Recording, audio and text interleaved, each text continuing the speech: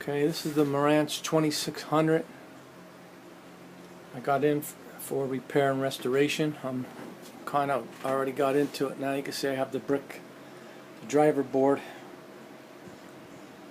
both channels here removed. That's this here thing.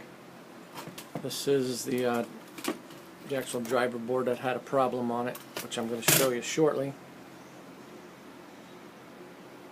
This is the inside. Got a new relay here to replace heavy duty.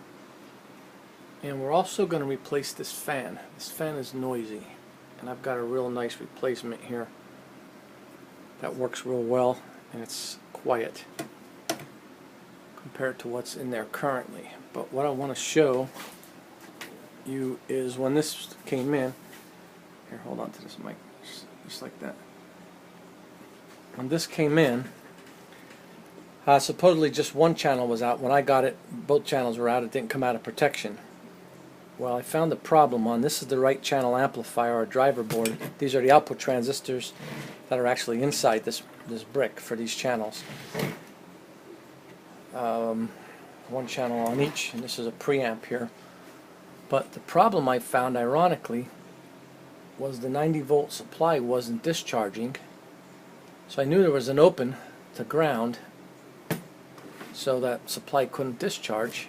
And what I found, something unusual, but right here, if you can see this, like it just looks like a copper line. That's the actual foil connection that connects all the B plus supply here actually to this board. Well, this board has been bent somehow. It's bent up. Either it wasn't put together right, or I don't have a good explanation how this. I don't know, Mike. Can you see that edge Yes. here? You can see how it's bent. I don't know if you can see how this is actually bent up, but this is entirely open.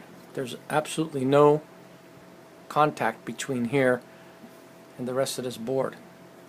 It's a complete open here, so somehow it must have cracked or broke during transportation. This came from California here to Pennsylvania.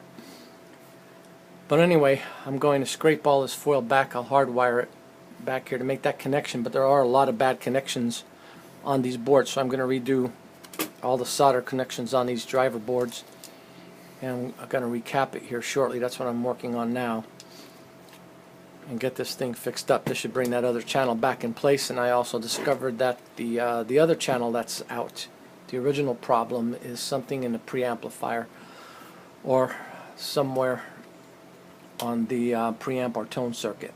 It has an open. Anyway, this is the Marantz 2600 in for full restoration and a little bit of repair work.